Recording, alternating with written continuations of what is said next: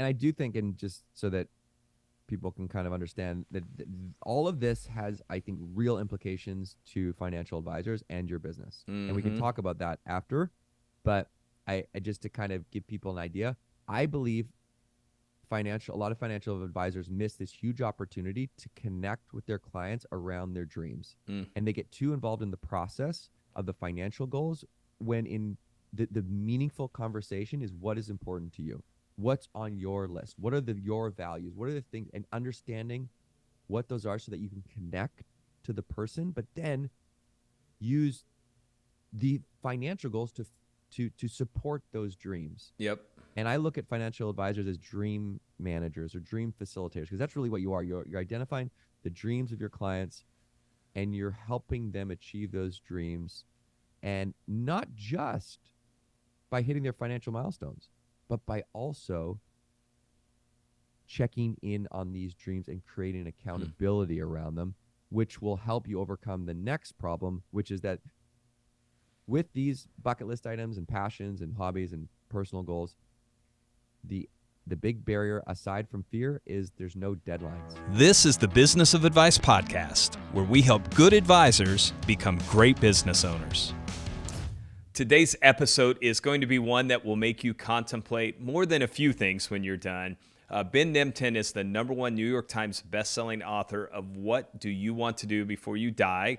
Starred in an MTV show called The Buried Life and is the co-founder of the Buried Movement. More than that, Ben spoke at one of our events just about 2 months ago, and I was telling him before we started, it was our summer symposium. I had to leave early, and I had advisors texting me saying, like, man, this guy's incredible. So I got to go back and watch his presentation. As soon as I did know I wanted to have him on the show. So Ben, welcome back to Advisors Excel, and welcome to the Business of Advice podcast. Thank you so much. It's good to be back. Well, so we're going to talk a lot about the list. I know it's something that you've become pretty famous for, and everyone was talking about it at our event this summer. But before we do that, I would just love you to maybe set up for everybody, like, what was going on in your life at the time that led you to creating this list? You know, so I guess in a way of saying, like, give us a little backstory on, like, how you got to this point in your life.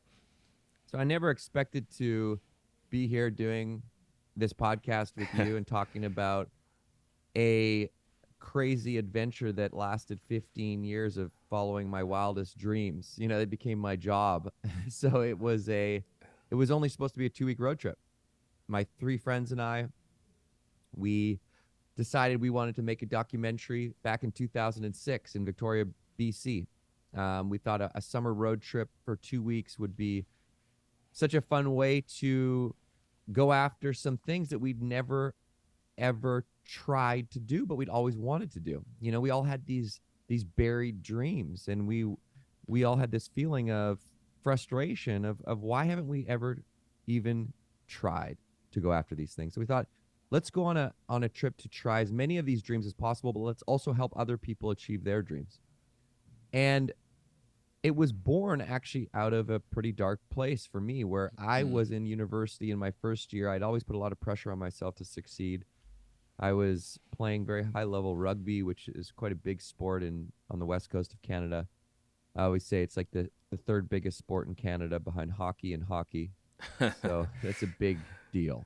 And I was playing the position of fly half, which was a high-pressure position. I was like the quarterback and the field goal kicker. You know, so that was a lot on my shoulders, and I'd missed a very big kick in the championship game of our high school season, right? We had a legacy of winning the provincial championships, which is like the state championship, and I missed a kick and we lost, and so this miss kind of haunted me, and we were training for the World Cup, which was going to be in Paris, France, and this was the first time I'd be representing my country. And I was terrified that I would choke and miss a kick. And so these thoughts would come at night, and I would get anxiety, and I started to lose sleep. And then I started to slide into a depression.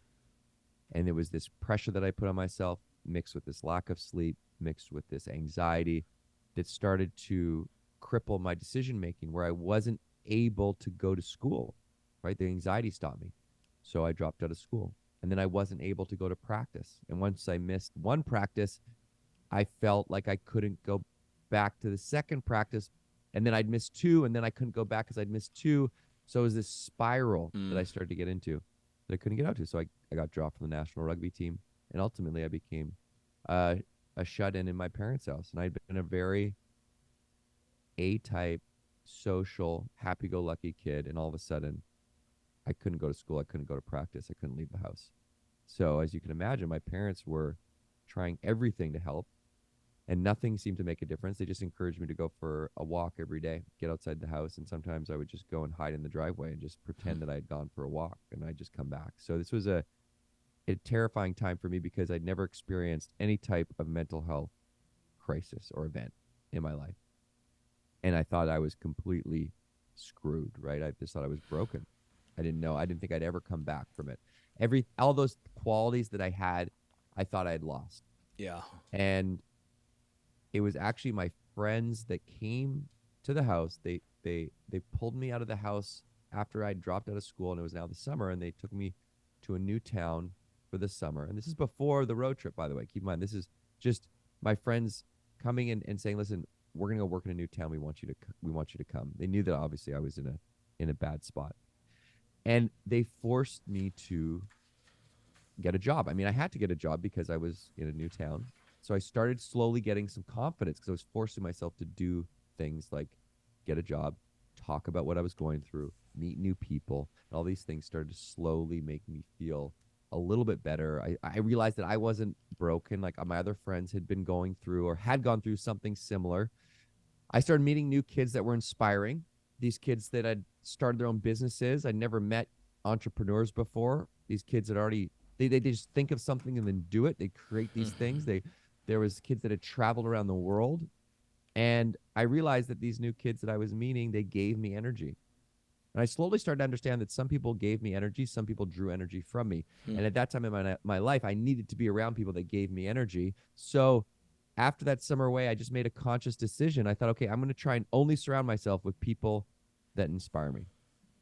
And that one decision completely changed my life because I could think of one kid that I knew that was inspiring and was a filmmaker in my neighborhood that was younger than me.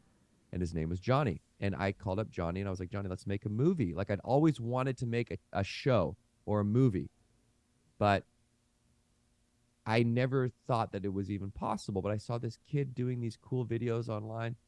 This is pre-social media. This is 2006. For sure. So it was just like he would make summer videos with his friends and they'd screen them for the neighborhood, right? The whole summer they'd make a film and then put it, and at the end of the summer they'd screen it for the kids. So we got together 2 other friends and we started to talk about this film. And serendipitously, Johnny was assigned a poem in English class called The Buried Life at McGill. And this old English poem struck a chord in Johnny, and he sent it to the 4 of us as we were trying to figure out what our film was going to be about. And he said, guys, this poet 150 years ago is talking about the same things we're talking about, which is that we have all these things that we want to do, but we haven't done them because they're buried. And we have these moments when we're inspired, but that gets buried by life, by the day-to-day. And so we just continue to go on autopilot, and we forget about our dreams. So that's when we made a list of all of our buried dreams. Hence, the bucket list was born. And we thought, okay, let's take a 2-week road trip to go after our list and help other people. We boarded an RV. We bought a secondhand camera on eBay. We started throwing parties as fundraisers so we could pay for gas. We worked a job throughout the summer so that we could save up enough to take 2 weeks off before we went back to school. And we hit the road. And unexpectedly, people started to hear about it and reach out. And emails started coming in. People wanted to help us cross things off our list. And then people sent us their dreams asking for our help. And this 2-week road trip ended up lasting 10, 15 years. Right? This just road trip turned into a way of life about following the things that make you who you are, following the things that excite you, that energize you, that make you your authentic self. And I realized this whole journey has been a journey of self-discovery, of understanding that one of the reasons I got depressed was because I was living the dream, but it wasn't my dream. I was living this dream that society had sort of instilled in me that was, this is what is success. This is what you need to do. and it actually wasn't aligned with what I wanted. I wanted to be creative. I wanted to make something. I wanted to be out in the world meeting people, and I wanted to be entrepreneurial. And so we stumbled into this, what I believe to be the meaning of life, which is a very bold statement, but it definitely is been the meaning of my life, which is understanding who I am so that I can live true to that and live authentically who I am. And that's when I inspire other people to do the things that they love, right? So this ripple effect is created. And the ripple effect is when you do the things that you truly love, you inspire others to do what they love. And that creates this domino effect, this butterfly effect. Well, so it's a win-win. You get to be Yeah. happy, and you get to encourage other people and give permission to other people to do that thing. There's so, I think everyone, the idea of the bucket list, we're about to jump into that. But there's a couple things you said there that I see, you even asked before, like, hey, who usually listens to this? I'm like, well, mainly the advisors we work with, but a lot of entrepreneurs. One of the things I tell them all the time is we have this saying, I don't remember who said it, maybe one of the Roosevelts or somebody said, comparison is the thief of joy. And so many times I see them, especially our advisors, when they'll come, they'll see one of the successful advisors and feel like that's what my life or my business is supposed to look like. And they'll try and build or do something that's not true to who they are or what they really want to do. And so I think we'll probably take some lessons there. But the other thing I think you said that's just so powerful, you've seen it with your buddies as you kind of went through this process, but it's just that idea of making sure that you're constantly surrounding yourself with people who inspire you, right? And that push you to be the best version of you. And so let's dig in. I mean, I think those are just some powerful reminders out of the gate, but jumping in. So your bucket list, people can see it online. We are going to talk about the bucket list journal. My wife and I both have a copy now, so we're starting to work through this. After the event, I grabbed a couple. But when you sat down and wrote this list, there's 100 items on it. How many of those were on your original list? How many have you added over time? Maybe just talk a little bit about the concept of the list, and then we'll go into some more specific questions. So I think that I have changed my definition of what a bucket list is, and I would encourage everyone listening to forget everything you think you know about a bucket list. Mm-hmm. Because I used to think about a bucket list and I would immediately go to things like skydive, bungee jump, travel to France, effectively like the travel and adventure. Like the bucket list movie, sort of. Exactly. Yeah. The exciting, the fun, the cool, like just things you've always wanted to do, experiences and adventure. So and those are amazing things, and they should be on your bucket list. But it's a slice of what a holistic list should represent. And so my definition of a bucket list is anything that's going to bring you joy and happiness. And it's really reverse engineering the top 5 regrets of the dying, which you don't want to have. And the top 5 regrets are, and this is from Bronnie Ware's book, The Top 5 Regrets of the Dying. Good title. Yeah. Which is, and the biggest regret, and this is actually corroborates with research out of Cornell, which found that the number 1 regret that people have at the end of their life is, and this is 76% of people that were asked on their deathbed, what is your number 1 regret? So these folks are on their last breath, right? They're at the point where they are not, there's no reason for them to not tell the truth. Yep. Right. This is like number 1 regret. 76% of people. I wish I would have lived for me, not what other people wanted for me or what was expected of me. And when I heard that research, I was shocked. I thought, well, how are not more people talking about this? Over 3/4 of the population are going to live their entire life, reach their deathbed, and in their last hours think, my God, I blew it. I didn't live my life for me. You know what? That must be an awful, awful feeling. And so I thought, well, no one should have that feeling. There's no reason for anyone to have that feeling. even if you take just a small amount of time each week to live for you, you can Mm. carve out time for you. And so I looked at the other 5 regrets. I wish I would have worked less. I wish I would have told people how I really feel. Wish I would have let myself be happier. Wish I would have stayed in contact with friends.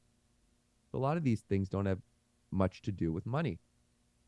In fact, it's the opposite, right? So you're you're thinking about, okay, let's get back to the list. You're thinking about a holistic list. You want to keep in mind, I don't want to have these regrets. So I spent some time thinking about, well, what make up a holistic list? And this is why I made the bucket list journal, because I think for me, it's helpful to have a process when you're going about any type of uh, uh, I would call this like sort of like a deep dive inward, right? I like to kind of Yeah. go through some steps instead of looking at a blank piece of paper and thinking, okay, what are all my dreams?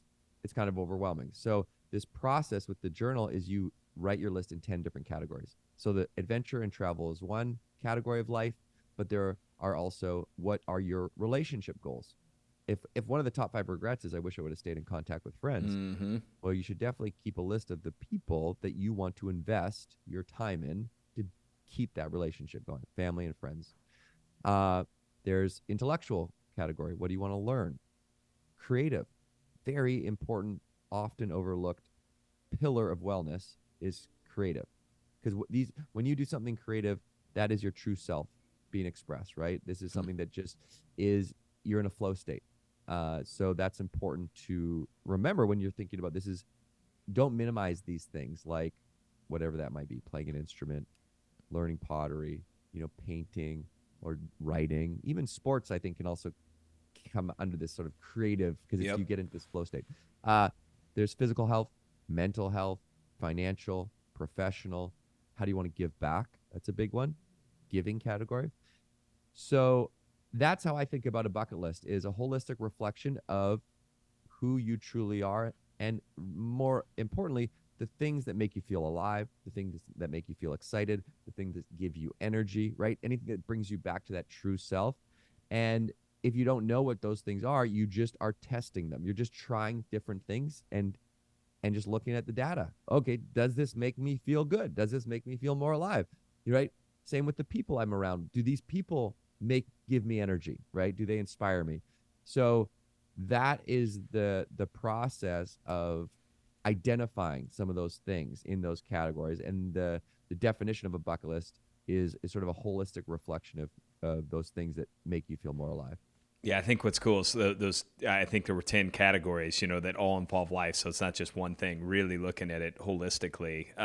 So on your list, which I'll ask maybe 2 questions. Like, what was the favorite thing that you put on your list? But then, second question, like, what's the coolest story? Because there were some pretty cool stories too. So just curious which your favorite is. Yeah, it's a tough question. It's almost like, well, who's your favorite child? Yeah, I think that I have different favorites for different reasons, and I well, I think one of my favorites is make a TV show, just because that was the childhood dream. Yeah. And for us at the time, growing up on an island in Canada, yeah, MTV America was as big as we could dream. That was Mm. it. And we were able to, over many years, it took a lot of, it is a lot of ups and downs, but we were able to make our own pilot and sell the show as executive producers, which is what made it so meaningful, because then we, as people who had never made television before, had pretty much complete creative control over the show. So this show it just was different. Reality TV up to that point was, for the most part, very scripted. And it was a battle to make this show real. We would battle with the producers that we were working with, and MTV, when we would do something where they were trying to call ahead and clear a venue that we were trying to sneak into, and we said, well, what do you mean? Then we're not. It undermines the whole purpose of what we're doing. So we had to ask for forgiveness later, and that was very tricky and difficult. But we were so. I mean, look, I think there's this real beauty of being young, dumb, and broke. right? Like this naivete that you have when you're young, where you don't know how hard things are going to be, Yeah. right? You're dumb. You're young, so you have this youthful exuberance and energy, and you don't have much to lose, Yep. right? In a sense that you also don't have these big responsibilities, and so I think that is something that you can actually keep as you grow older. And a lot of people, they will think or say, well, like, I mean, it's easy when you're out of college or in college to jump in an RV with your friends and travel around the country. I can't do that. I've got a job. I've got a family. I've got responsibilities. I've got all these stresses, and pressures, and mortgage, and I completely understand that. And I'm not suggesting that you just leave your day to day and go travel around the country, crossing things off your list. But what I am suggesting is that you look at the things that are buried deep down. You've always wanted to do these things that maybe as a teenager you wanted to do, or these nagging, this pang of like, always wanted to write a book. I've always wanted to perform guitar or build this type of product or whatever, right? Or go here. And what I'm saying is that you don't have to sacrifice those things, because what you can do, and this is what you go through in the journal, is you can learn and be aware of the things that are stopping you, right? So through this research out of Cornell, the psychologist Tom Gilovich found that there are 3 main reasons that people die with that number one regret of not living for them. And once you're aware of what these barriers are, you can actually overcome them fairly easily. There's no big secret. It's just small things that you can do to move yourself towards these things, and anyone can do it, and you can just decide how much time you want to commit to it, and you need to protect that time. So that's the TV show, in a long way, coming back to your question, was such a big thing for us, because this was such a huge dream, and we were able to actually do it our way. You might talk, because I was going to ask this later, and you kind of mentioned it. What are those barriers? What are some of the things that people often look at as hurdles that may not be all that hard to actually overcome? You want to jump into that, maybe? Yeah. So the first and the biggest is fear. Fear is the number one barrier, and it's typically the fear of what other people think, right? The fear of what other people think, or the fear of failure, which are tied together. What if I fail and I look bad, right? Like, what are people going to think? And so there's a couple things you can do to start to move through the fear. Okay, so the first is just to understand that the fear never goes away. That fear is part and parcel with doing something that is important to you. So that fear is actually a good thing. That is an indicator that this means something to you, because you are going to have to be vulnerable to do it, which means you are going to grow. That discomfort is net positive. That discomfort is growth. It's like a snake shedding its skin. It can't grow without busting through the old skin, and now it has new skin. Same caterpillar into a butterfly. Like, this is the discomfort of growth. It is always there. So you need to get comfortable with that discomfort.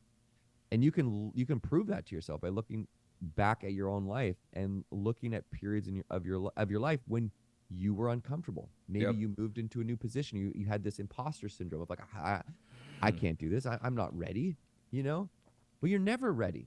If you're waiting to be ready, you're going to be waiting forever, because the fear is always there. If you look at people that you respect, you look up to, and you think, like, they don't feel the fear. They're gifted. They're not. They just move through it. And they know that by stepping into that discomfort, they're going to grow. They may fall flat on their face, but that is part of the learning process. That's good. So this fear is a tax you have to pay to do anything that means something to you. So start to get comfortable with that. And the other piece is that we're all afraid of what other people think. Some of us are more than others, right? I'm someone that really cares about what other people think. It's just that's what kind of spiraled me into the depression in the beginning, was like, what if I miss a kick and I look like a failure? And so this is something that I've had to work on. And what I've realized is people just are not thinking about me as much as I think they are. And they're more supportive than I think. So the people that you're worried about, they really don't care. And if they do care, they're not people that you should care about. Do you know what I mean? Yep. Like the people that love you don't care.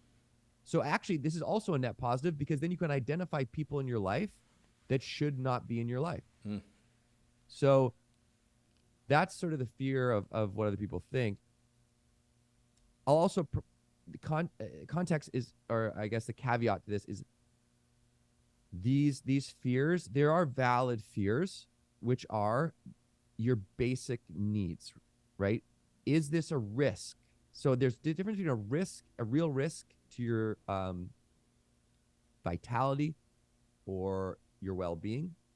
So look at Maslow's hierarchy of needs, Yep. Shelter, hunger. Like, so if this is going to compromise providing for your family, right? That's a legitimate risk. So then you see instead of listing the fears, you need to separate the fears from the real risks. And then you can evaluate your decision based on the risks. So let's look at, like, is this really going to compromise my family or my well-being?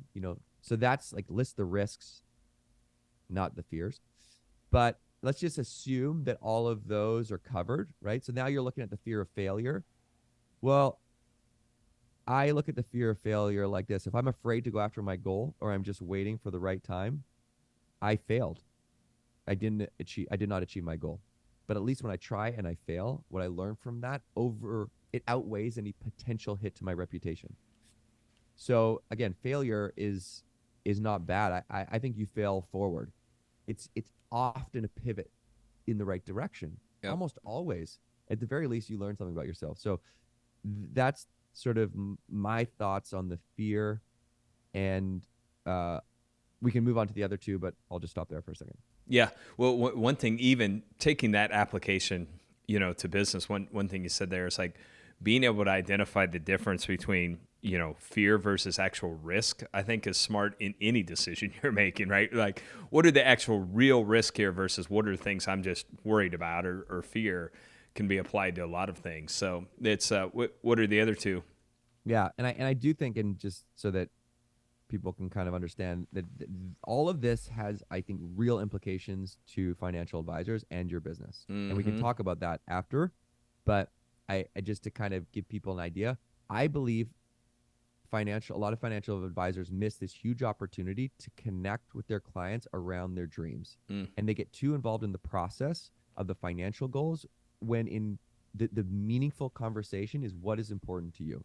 What's on your list? What are your values? What are the things, and understanding what those are so that you can connect to the person, but then use the financial goals to support those dreams. Yep.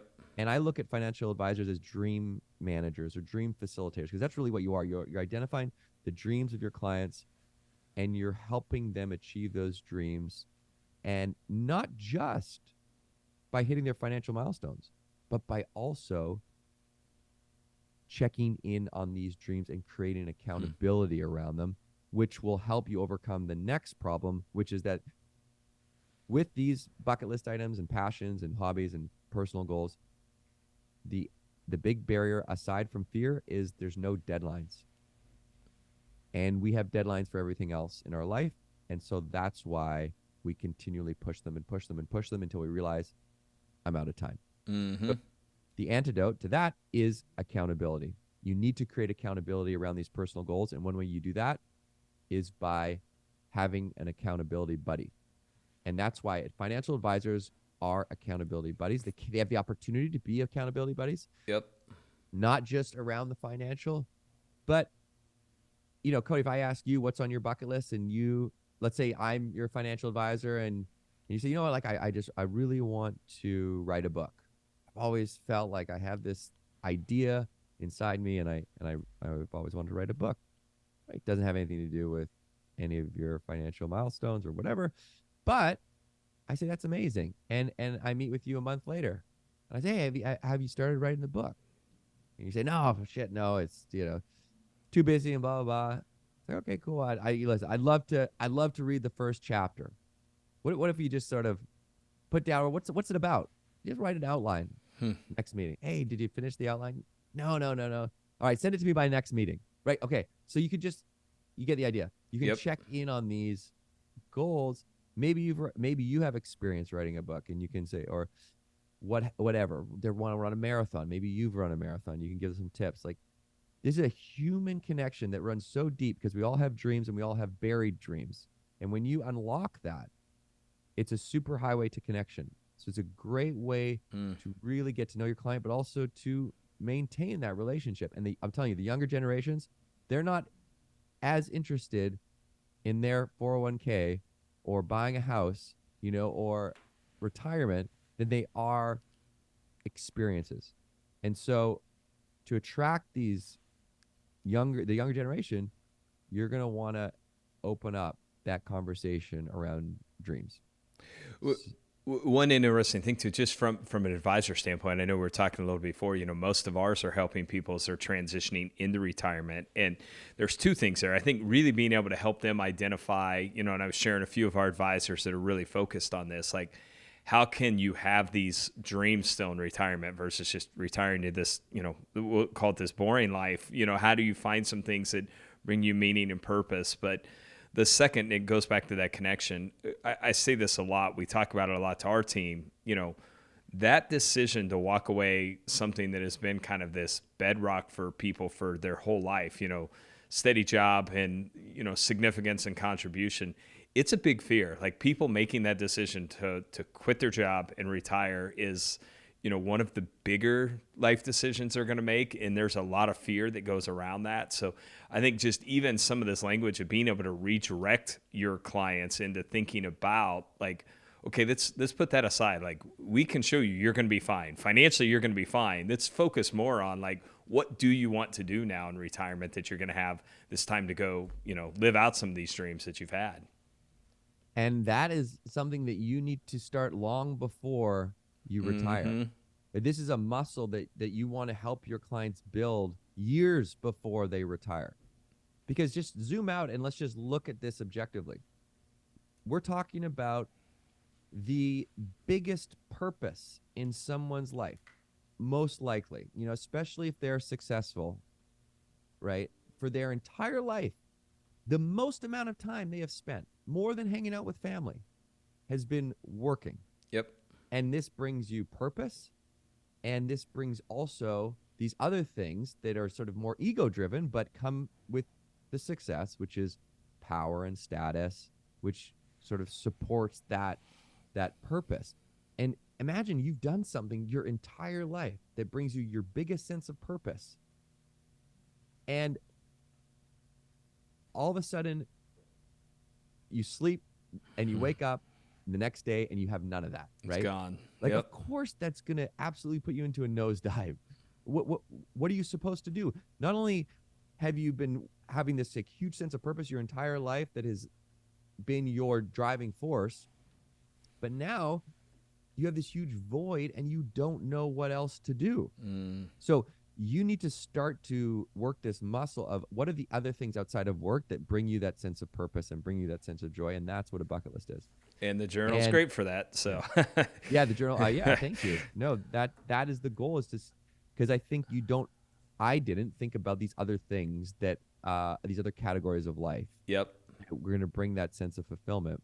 And it's also a great conversation to have with your partner, with your kids. But specifically, coming back to this retirement dilemma, this, I think, is a conversation that you can start to have with your clients around, all right, like what are these other things that you love to do that we can support you through our planning? Yep.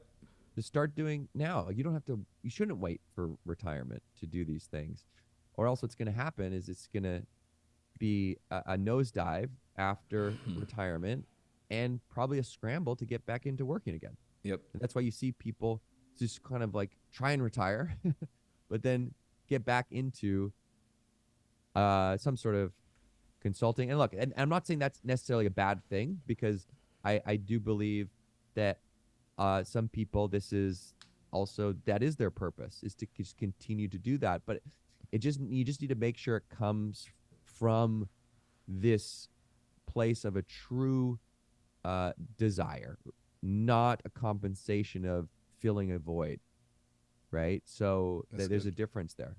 That's good. You know, one of the things when people think about a list, it's very personal to them. I think what was really cool about what you all did is you actually, you know, it started off of like crossing things off your list, but then you moved into this idea of helping other people cross things off of their list. So maybe just a few things, like what kind of was the driving force behind that? But then like, what was maybe a really cool item you helped someone cross off their list that impacted your life or had meaning to you?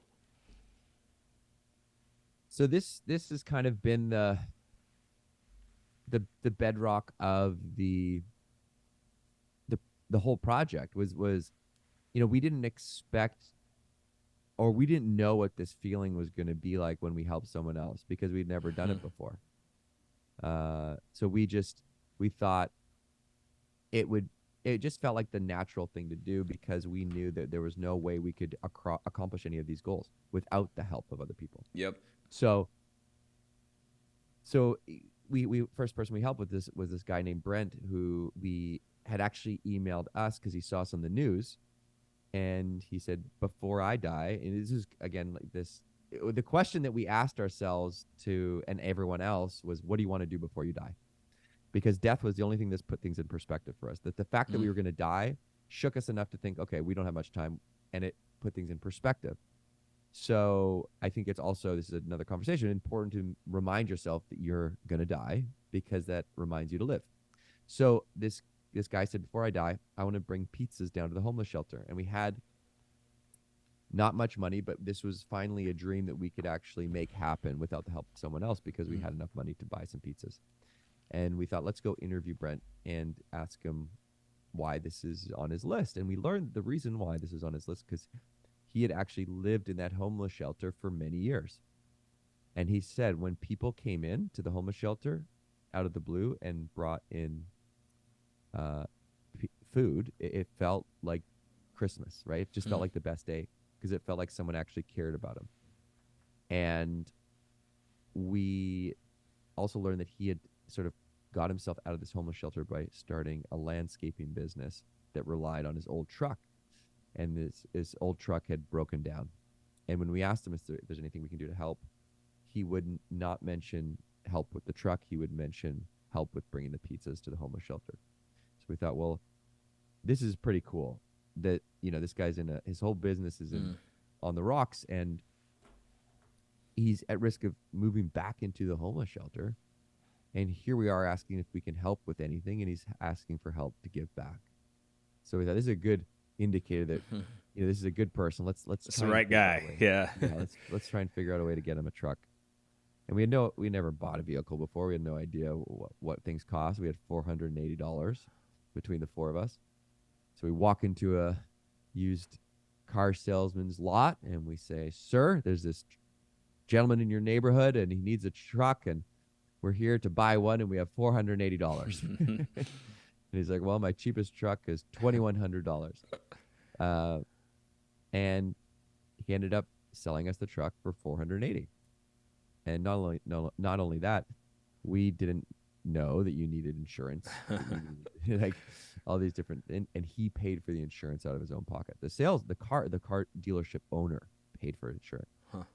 So we drove this truck up to Brent. We said, you know, hey buddy, we wanted to give this to you. Toss him the keys. And the look on his face, you know, he just was just in awe. And then he just bear hugged me and started to cry and didn't let go. And this feeling of immediate connection to this stranger, and then, you know, seeing the extended impact, this ripple effect of how this impacted his girlfriend. And, you know, how he just said he just wanted his mom to know that he wasn't a failure, right?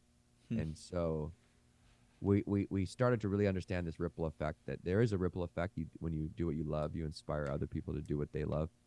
But then there's a huge ripple effect when you help someone, because you don't actually just help the one person that you're helping. You help the people that are connected to them, and you help their family, their friends, and sometimes you help every person that comes into contact with them moving forward. And I think that this idea of a ripple effect can really impact financial advisors in their business. I mean, obviously, it impacts anybody in their day-to-day, because you just don't know the impact you're having on people. And it's not just big gives that create a ripple. A smile creates a ripple, a compliment to a stranger, which is why, like, whether you're a financial advisor with one support staff and an admin, or you have a big office, every micro interaction that you have with your team creates a reaction, right? And those reactions can be positive. They can also be negative. So you have the power to create these positive ripples. You also have the power to create this ripple with your clients through these interactions that you have. But also, I mean, think about the impact you create through the work that you do, enabling your clients to achieve financial freedom, to live their dreams. Yep.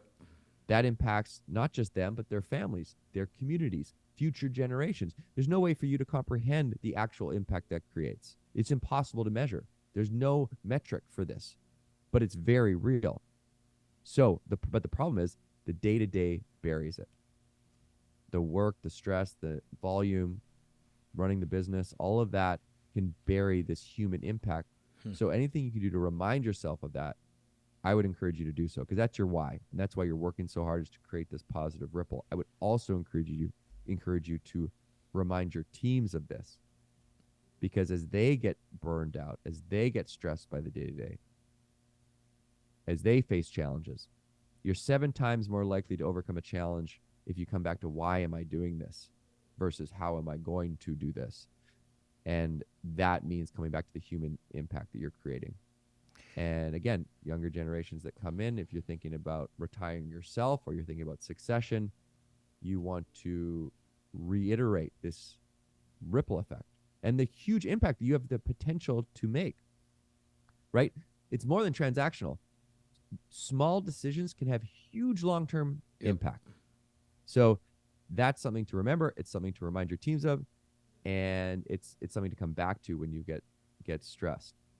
If the people that have listened to this podcast, I've said it quite a bit over the episodes, but I do think financial advisors I think it's a profession, when done well, is one of the most noble professions that has the opportunity to really help people. And I've told that story, a very similar story, of just making sure your team understands that. And this is, I'll repeat it because it's one of my favorite. I was with one of our advisors. We were down in Sarasota, and he took a phone call, and he's like, "Hey man, I got to take this. It's one of my clients, and her husband's not doing well." And it was actually, her husband had just passed away, and she had called to let him know. And the reason she called is he just said, like, "Hey, when I pass, just call Bill. He'll take care of everything," And I told him that after he told me. I'm like, Bill was the first call she made after her husband passed away. And I said, I hope you go share that with your team when you're back in the office. Like, this is why we do what we do, so they know that they're going to be okay, with everything that happens. So taking it to an even deeper level, really helping them live out some of their dreams, is a key there. Hey, this is a little off the bucket list, and I know we're getting tight on time. You were very upfront with your battle with depression. I know at our event you talked about that. It's something I lost one of my closest friends and a dear teammate here about 2.5 years ago. He took his life, and I'm seeing it because we've done some stuff around it. I just see a lot of people struggling with it right now. Just any lessons you learned on that journey with kind of your own mental health and going through that you'd want to share, just because I know a lot of people, especially right now, entrepreneurs, just a lot of the different things that they're battling. I talked to a lot of even our advisors who are struggling with it. So just curious, any thoughts you'd want to share there? Well, first, I'm really sorry to hear about your loss. That's such a hard thing to grapple with, and you're right. And unfortunately, it's something that a lot of people have had to grapple with. Yep. And depression and anxiety is something that that a ton of people are struggling with more now than ever because of the pandemic. And so, I mean, this is really why I speak, is to normalize this conversation Mm-hmm. because I believe that feelings of depression and feelings of anxiety are completely part of life, and they are things that you will experience at some point. And if you look at the data or the research, it's true. Everyone will go through some sort of mental health crisis in their life. This is the human experience. No one is invincible. And a lot of people went through their first mental health crisis during the pandemic. Yep. Where all of a sudden they had been running a company for 10 years, they've been uber successful, and now they're getting panic attacks for the very first time, or they're feeling, or their kids are struggling. I mean, so many parents come and ask me, what can I do? My son, my daughter is not able to go to school now that they've been at home for so long, or they were Div 1 scholarship, and then that all went down the tube, and and they had to come back. And I just think that it's important to understand that this is the human experience.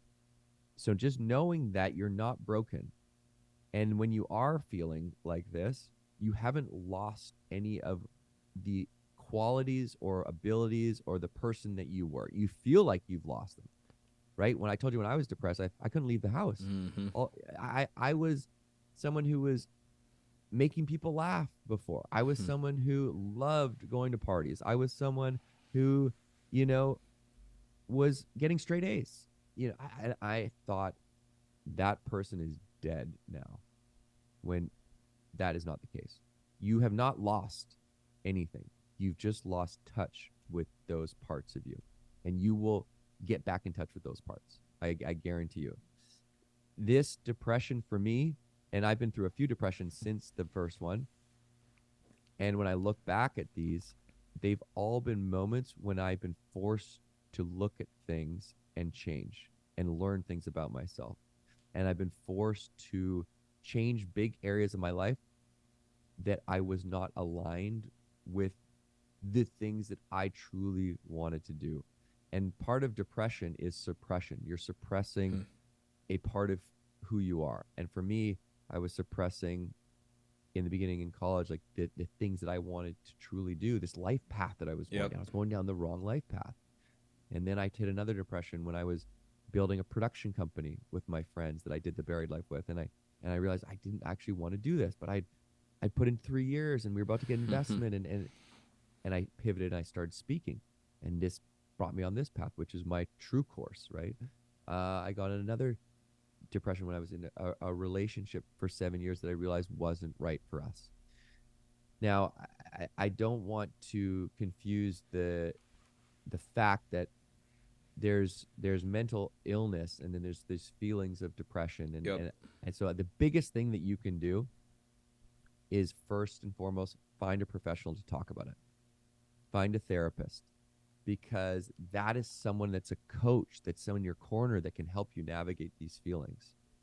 And that's something that I did, was I found a therapist that I liked, that I respected, that got me. And that takes time. You're going to go through a couple therapists before you find someone that you like and that understands you. And that's okay. Just stick with it. And so that's the first thing, is to talk about it. And then I also believe, coming back to like these things that I've learned through my depressions, is finding things in your life that excite you and energize you, and knowing that it's not selfish to do those things. It's service, because you can't take care of other people if you don't take care of yourself. Yeah. So doing things you know are good for you, right? Even if you don't feel like them, you have to just start to take small steps every day in the direction you know is the right direction, even if you don't feel better, right? This is very important. To dig yourself out of that rut, it's going to take time for you to actually feel better. It's like going to the gym. You don't go to the gym and after the first session, you're like, oh, right, like, look at these muscles. Like, it takes time. But over time, consistency is going to get you there, and it's a momentum thing. So you got to shift. It's like turning the Titanic. You got to start doing things you know are good for you, the things that you like to do, things you know are good. So I have a mental health toolkit, which we can share, in the podcast notes, Yeah. or you can go to my Instagram and it's in the link in my Instagram bio. These are things that anytime I start to feel these feelings of depression, anxiety, I know I need to start doing these things. And they are sleep, right? I know I need to get 8 hours of sleep. It's things like nature. I got to get out in nature. 20 minutes in nature, you don't have to exercise or anything, you're going to feel better. It's proven, but through research. Yep. Right? It's called forest bathing in Japan. Doctors prescribe forest bathing to patients that are feeling depressed or anxious, and in Japan. It's exercise, right? Exercise releases serotonin and dopamine. Those are chemicals that literally make you happy, right? You don't need to do 60 minutes of exercise to feel these release of serotonin. Dopamine. 5 minutes, 10 minutes. Just every time you get up in the morning, make it a non-negotiable. Just like you're going to brush your teeth. I hope that's a non-negotiable. If not, you can start there. But it's like just while you're getting ready for to jump in the shower, just sit-ups till you can't do anymore, push-ups till you can't do anymore. Get a chin-up bar or just, squats, whatever. That'll just set your day up for success. There's connection, meaningful connection is in the toolkit. That's talking about these feelings to people that care about you or a therapist. Purpose is in the toolkit. That's why when I talk about a bucket list, there's all of these habits that you can start to try to build your toolkit, but you got to start trying them to see what makes that impact, and know that you're not alone in this journey to start to get out of this fog, get out of this darkness, get out of this mud, and you will get there. And, if your son or daughter is struggling, my advice is for you to get support, right? You need to find a therapist to talk with them. And even if it's just to ask them, what's the best way to support my son or daughter? Talk about it with parents, your friends that also have kids, because inevitably they have experienced something similar. And just, you'd be amazed how much better you feel when you talk about it, because then you're able to actually work through the problem. Versus, think about it this way: when in your business, when you hit a challenge, right, and you don't know how to get over it, what do? You ask a colleague, a mentor, a leader, hey, I'm going through this. What should I do? Have you been through this before? You start to ask for help. With our personal problems, we don't do that because of the shame. But you have a smaller chance of overcoming the problem. It's just you trying to solve it versus like 4 people. So ask for help. There's no shame, and use the people that love you to this support. You said something earlier that I think ties back into that very last comment is, the majority of people want to see you do well. So, being able to ask those people, they're going to do everything they can to help you too. So I appreciate that. Some great advice. And I'll have share all your stuff at the end, how they can connect. Let me ask you some lightning round questions, just because I know we're about out of time. These are ones I ask at the end of every episode. And this may tie into the last one. You talked about, the pandemic really created, I think it's made a lot of people look at things different. It's led to some problems, but I think also some breakthroughs. But as you look back maybe at that point, is there one lesson you've learned since the pandemic that you feel like you're going to carry forward for the rest of your career or life? That's a great question. Yeah, I don't think anyone's asking that question, so it's a very good question. Yeah, there are a lot of things. Let me think about the biggest. I think that one big lesson is just how adaptable we are as human beings. Yep. Like it always shocks me how I can adapt to things that I didn't think I would be able to adapt to. Simple things from, let's say I move my office across town and I have a 45-minute commute, and I think I can't do that. That's something it's going to ruin my existence to spend that much time in the car. And then I start doing it, And I'm like, oh, I can call friends while I'm in the car. I can catch up with people. It's time for me to listen to a podcast. And then you start to enjoy some of it because it's Yeah. time alone. It's a reset. It's a buffer between work and home.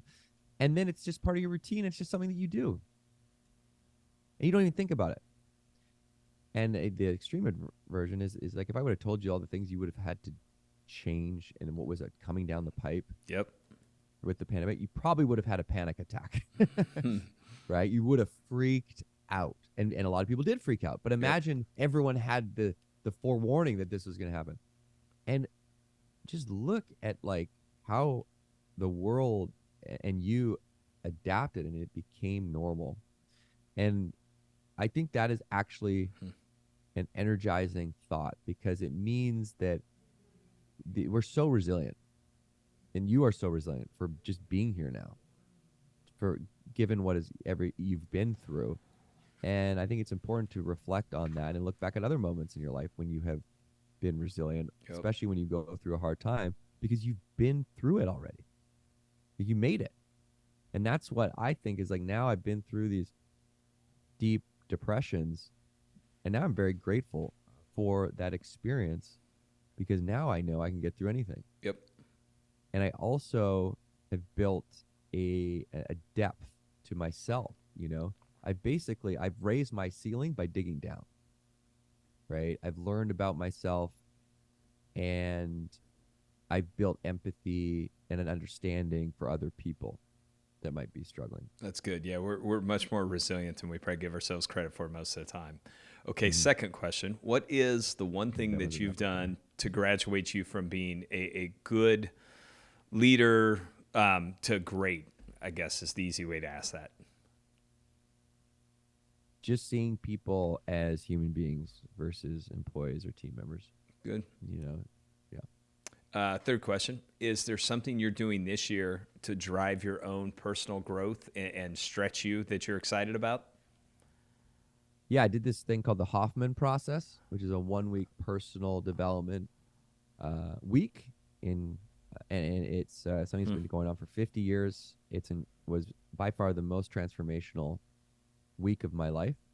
And, long story short, you start to look at patterns that you developed when you were younger, at a very young age, that you are subconsciously running your life. And you rewire your brain through visualization and creating new pathways in your brain to get out of living those patterns. And you come back to your true self, which is what I speak about. So it's a really powerful and also proven through 50 years of trying and research process. It's very cool. And I think too, like I saw this great clip on Instagram about this, and it's an old clip of a guy talking about, and I'm going to butcher the quote, so I'm just going to tell you the idea, but it's like spend more time on yourself than your job. If you spend more time on your job, you're going to be successful. If you spend more time on yourself, you're going to be wildly successful. It's good. I tell people often, people ask me for investment advice all the time, and I say, invest in yourself. It's the one investment that pays off in everything else that you do and can't be taken away from you, right? So it's very, very similar. Okay, fourth question. The book that you have recommended the most to other people. And it can't be your own. I should have clarified that. I think recently, yeah, right. I think that as of late, When Things Fall Apart is a great book for people that are going through a tough time when things fall apart. Excellent. Okay, final question. The best piece of advice you've ever received?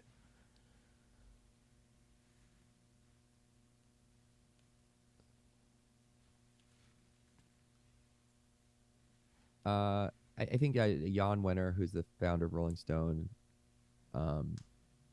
he said, I asked him this question, and he said that the 3 H's, live your life by the 3 H's, humility, humor, and hard work. That's good. Now, Jan, we got to get Ben on the cover of Rolling Stone, right? We'll clip this and tag him and make sure we get that checked off the list. So, Ben, man, I appreciate the time. I know I held up the bucket list journal, but just for people that want to learn more, start their own list, what are the best ways for them to stay connected to you? I'm probably most active on Instagram. I'm pretty active on LinkedIn, but it's just at Ben Nemtin, my full name. And the bucket list journal is on Amazon or writeyourlist.com.